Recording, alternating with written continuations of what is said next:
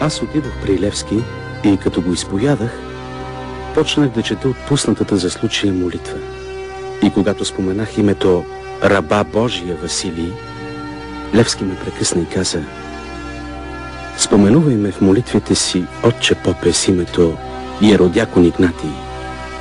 И след малко мълчание прибави: моли се, отче, не за мене, а за отечеството България.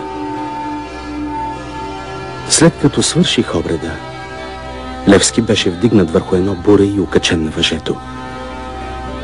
Преди да бъде избутано бурето изпод краката му, той извика: Боже, избави България!